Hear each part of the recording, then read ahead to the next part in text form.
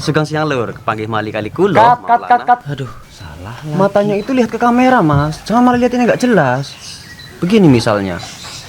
Nih. Sugeng siang bos. Ketemu lagi dengan saya Maulana yang selalu memberikan inspirasi, referensi, dan peluang investasi di dunia properti.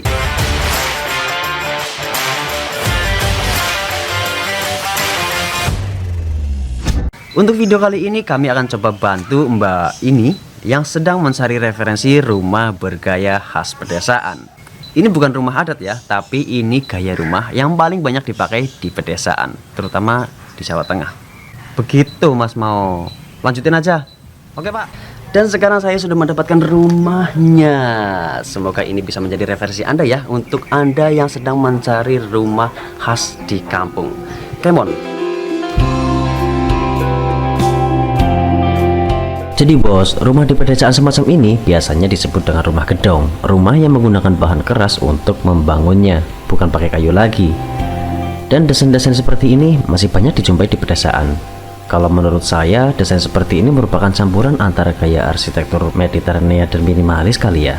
Tapi modernnya juga dapat sih. Pokoknya kembali lagi ke seni deh. Yang namanya seni itu kan tidak bisa diukur seperti matematik. Yang jelas rumah ini keren kan? Minimalis dapat, ganteng juga dapat. Yang lebih ganteng lagi desainernya bos, udah mbah-mbah loh.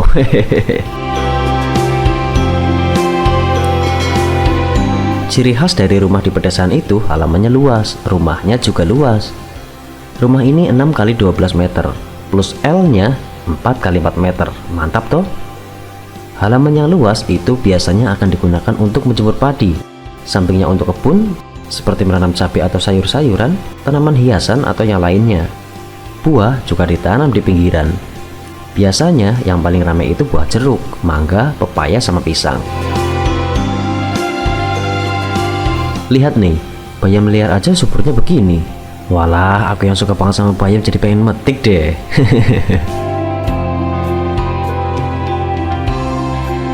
Oke, kembali ke rumah. Coba lihat lagi fasadnya, gagah ya?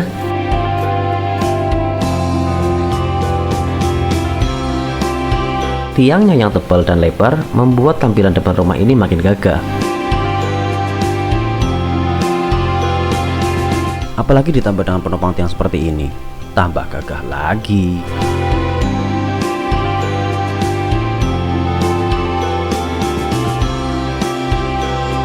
Nah, biar makin cakep, tambahin topi muter dari arah kanan depan sampai arah kiri. Tapi cukup di depannya aja sih, nggak sampai ke belakang. Biar makin cakep lagi, di atas jendela juga kasih topi sendiri dan kasih corak. Sekeliling jendela juga kasih corak. Kalau kaca jendela itu pakai jenis reflective glass atau biasa disebut dengan kaca one way. Kaca yang tembus pandang dari arah yang lebih gelap, tapi seperti cermin dari arah yang terang. Ya mirip-mirip sama kaca mobil deh. Di samping bisa untuk menjaga privasi, juga bisa melihat sekelilingnya. Untuk bagian atas jendela dan pintu itu dikasih ventilasi. Soalnya kalau malam hari itu kan jendela dan pintu ditutup, jadi sirkulasi udaranya kurang bagus. Makanya dikasih ventilasi. Tapi ventilasinya juga dikasih jaring nyamuk, biar aman nyamuknya gak pada masuk. Kalau terasnya itu bikin yang luas. Jangan lupa kasih juga dengan tangga. Ya biar menambah nuansa mewahnya gitu. Seberapa luas dalamnya ya? Sekarang mari kita masuk.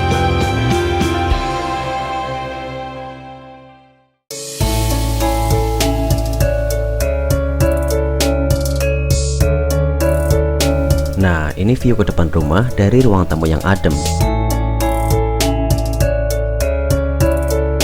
Saking ademnya, temanku tiduran di bawah sebentar langsung sampai Spanyol.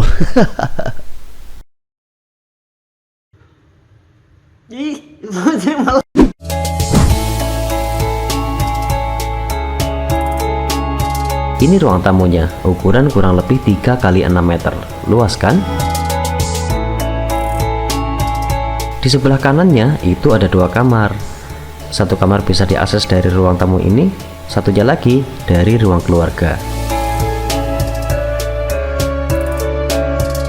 Lalu masuk lagi ke dalam, ada ruang keluarga. Jangan lupa, kalau akses tidak menggunakan pintu, kasih profile biar makin cakep. Ruang keluarga yang terpisah dengan ruang tamu itu menjadi ciri khas rumah-rumah di pedesaan. Ukurannya juga luas, kurang lebih 27 meter persegi loh. Dan 3 kamar bisa diakses dari ruang keluarga ini. Jadi total ada 4 kamar tidur. Dan ini adalah ruangan yang wajib ada ketika Anda ingin memiliki rumah dengan bergaya khas kampung. Karena ruangan ini adalah ruangan keluarga yang biasanya itu sangat luas. Seperti ruangan ini, itu luasnya 14 meter persegi. Luas banget kan? Dan di situ biasanya digunakan sebagai tempat ngumpul keluarga, anak, terus bapak, ibu, nenek, paman. Kadang-kadang tetangga juga masuk sampai sini. Karena ini, ya tahu sendirilah kalau di kampung itu kan keakrabannya tuh bagus banget. Ayo kita lanjut lagi. Kita lanjutkan ke kamarnya dulu ya. Kalau ini adalah kamar ketiga yang luasnya itu sekitar 3 kali 3 meter. Sudah cukup luas kan ya? Nah, sementara di sampingnya kita keluar dulu. Itu ada kamar keempat. Luasnya juga sama, 3 kali 3. Kalau jendela yang sini itu lumayan lebar. Nah ini bagus nih, buat Anda yang masih memiliki anak balita, untuk kamar anak balita Anda itu bisa pakai saklar yang tingginya tuh segini, biar terjangkau begitu. Tapi kalau menurut itu ke atasnya sedikit sih ya, soalnya anak saya yang umurnya 3 tahun itu udah bisa menjangkau ini. Kalau segini, anak usia 4 tahun yang sudah sedikit melar gitu ya, itu udah bisa menjangkau. Tapi untuk bagian stop kontaknya itu sebaiknya pakai stop kontak yang dicolok terus diputer begitu loh, biar lebih aman. Kalau kayak gini ya dikhawatirkan, kalau kita berjaga-jaga itu kan lebih baik toh. Kalau sudah terlanjur ya sudah, pakai sandal jepit dipotong-potong lalu dimasukin ke sini dulu biar aman begitu. Soalnya ya kita nggak tahu kelakuan anak balita itu seperti apa. Oke, ayo kita lanjut lagi ke kamar yang kedua. Nah, kamar kedua ini sepertinya memang perbedaan berbeda ya. Warnanya pakai warna yang abu-abu gelap gitu.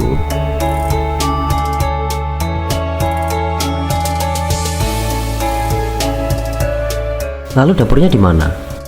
Letak dapur juga khas banget nih. Dapur itu seringkali berada di bagian L-nya. Kalau tidak nge-L atau memanjang sampai ke belakang, itu dapur berada di bagian paling belakang dengan satu pintu dari dalam rumah dan satu pintu lagi dari belakang rumah. Ini desain dapurnya. Satu hal nih yang perlu Anda perhatikan ketika Anda membuat keran untuk cucian piring di dapur, itu jangan seperti ini. Terus ini gimana nanti kan banjir udah jadinya. Ya mungkin ini hanya sekedar asal dipasang aja dulu, ya belum dipakai. Nanti kalau dipakai pastinya akan diperbaiki lagi. Sampai banjir di sini. Menempel dengan dapur ada kamar mandi nih. Yuk kita lihat kamar mandinya. Keramik dindingnya juga khas nih. Seringkali kami jumpai keramik motif seperti ini di rumah khas pedesaan. Dan keramik bermotif ikan dan bunga membuat nuansa alamnya ngikut bos. Jadi makin betah di kamar mandi deh.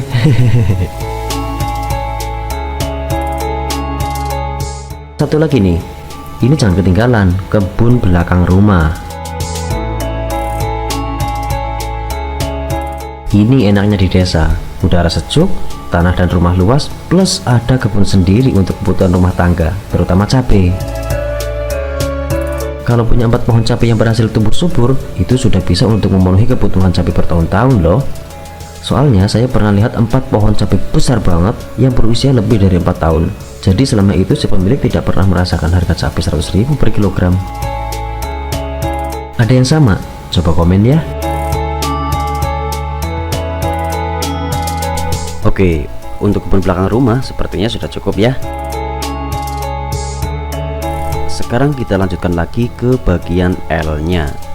Bagian L ini juga harus ada jika Anda ingin membuat rumah khas pedesaan.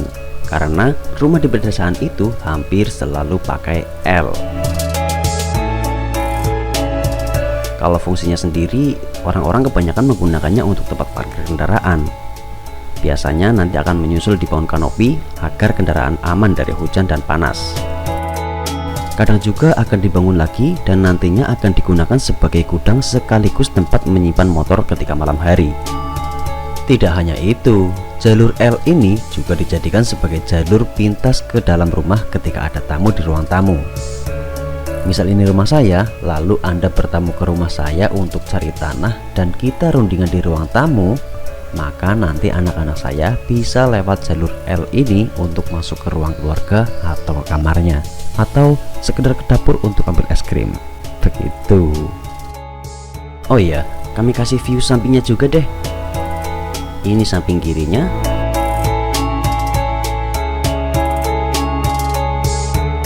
Ini samping kanannya.